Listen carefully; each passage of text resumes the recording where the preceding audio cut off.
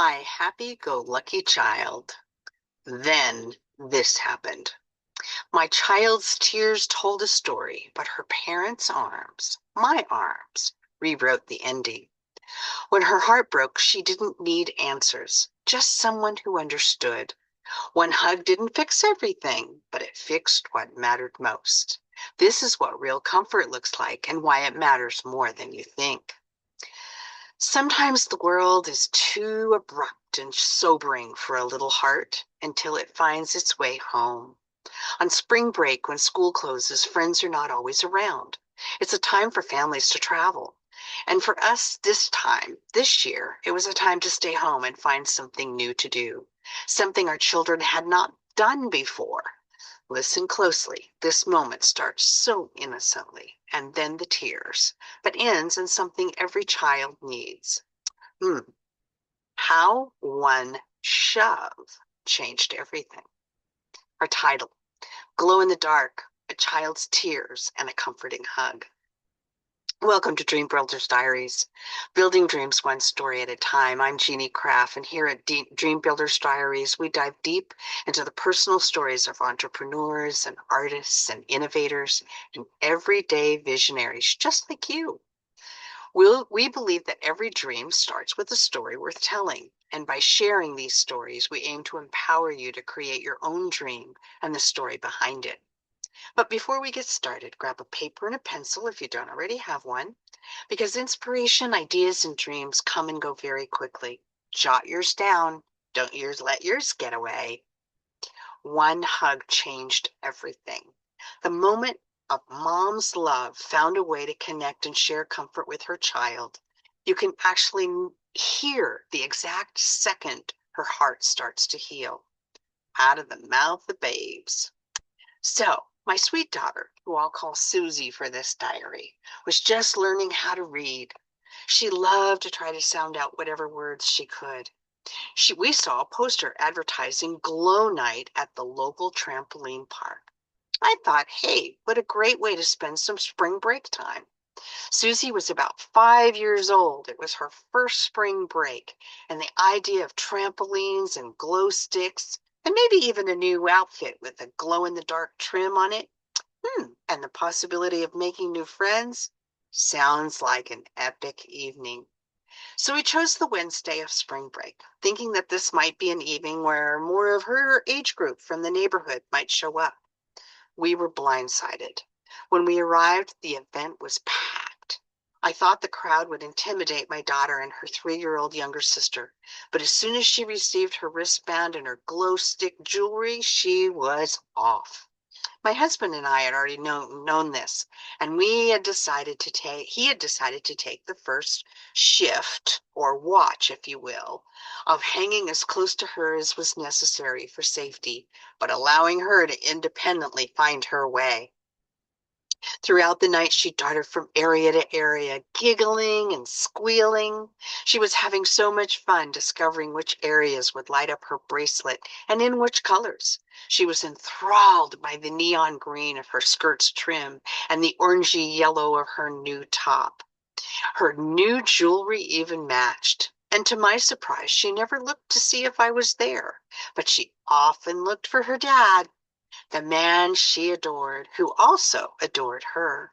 Sometimes she had been known to be kind of shy and a bit clingy in new situations, but not tonight. About 45 minutes into the night, her father and I switched observation stations. He took our youngest, and I got to watch my little girl shine. However, within just a few moments of my watch, of course, a boy about 2 years older than Susie got in line for the diving pit behind her. As they waited, she turned around and smiled and said hello. Then the suddenly not so little boy apparently was not interested in making new friends. He pushed her to the floor and jumped into the pit ahead of her, just as she was the next one in line. Shocked, hurt, and sad, Susie immediately turned to find me. Catching my eye, she ran out of the line, burst into tears, and fell into my waiting arms. A child's tears, so easily to turn on, but not so easy to turn off. I held her tightly as she told me what had happened, and I asked if she was okay. Yes, she said through the sobs. My arms and my legs are okay, but my feelings are hurt, she said through the sobs.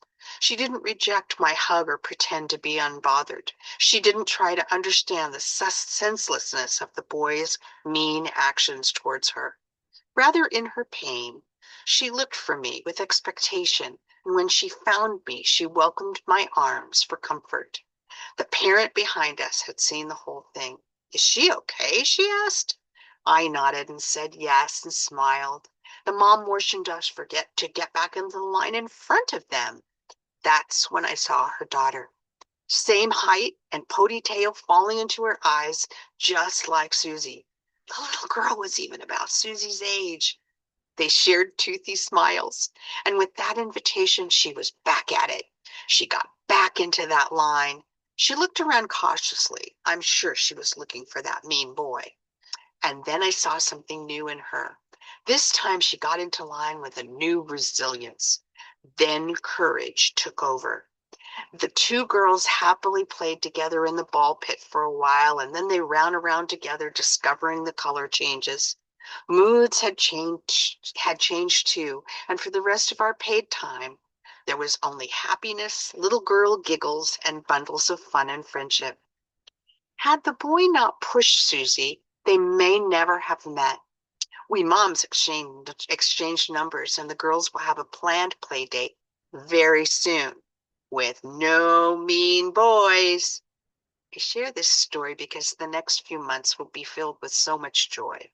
Birthdays and awards days and performances and graduations, even from kindergarten. There's going to be proms and many other celebrations.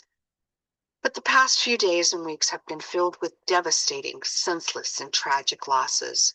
Daughters of friends have passed away, way, way too young to leave this planet. Fathers are not coming home from work, ever. You see, the military can be that way. For weeks, I've been searching for words to tell myself to somehow make it all make sense, but I have found none. This morning in my quiet time, I was reminded that there is a promise for those of us who mourn. That promise is comfort. While parts of me wish that the promises would be some kind of understanding, I recognize that what we need most in our season of despair and loss is comfort. What Susie needed when that boy pushed her and hurt her feelings was comfort. The beautiful thing, she didn't have to look far because I was right there to comfort her. This promise is for you as well. When you mourn, you will be comforted. When you're hurting, look for those ready to comfort you because they will be there. Your only responsibility is to expect and receive it. Don't resist it or pretend you don't need it. Find your rest. Find your peace in it. Fall into it and allow that comfort to hold you. And for those of us who are not in a season of despair, slow down and be the comfort. Show up and be present. Open your eyes. See those in need of your love and give it freely. Receive your promise. Be that promise. This is the only way we as humanity will get through the unbearable pains we face. So why this diary? Because this diary demonstrates the magic and secrets of comfort and rest that brings peace. Peace is a tool that we can all incorporate into our dream building sequence. Peace is a tool that can bring sanity and courage when the dream building gets tough. And I also share this diary because this powerful diary celebrates the virtues of endurance, courage, and resilience. Kudos to those who found a way to be that promise. You know, tears fell, and then when a mom's love rewrote the moment, all a broken little heart made whole if just one embrace, one smile, and a kind word. Courage took over, and this was the day my child learned about where healing truly lives. So, as a recap, what was your biggest takeaway from our diary today? How does this diary relate to how you define your dream? Dreamers, believe in yourselves. Be passionate, work smart, know your why, and apply what you learn each day. And as you ponder the source of your dream and this diary, I wish you well. I wish you an abundance of resources and knowledge and wisdom with your time and your future success with your dream. Enjoy life and always be kind. I want to leave you with this quotation. Courage is like a muscle. We strengthen it with use. That's Ruth Gordon. I'll read it again. Courage is like a muscle. We strengthen it with use.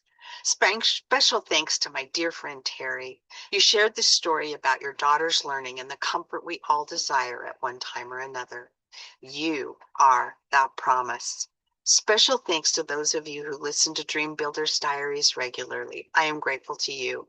The honor to spend time with you is all mine. So if you don't have it yet, get your 90-Day Dream Builder's Diary by Jeannie Craft on Amazon. Like and share this diary, subscribe for more, and contact us to share your story. Thank you, and until next time, building dreams one story at a time.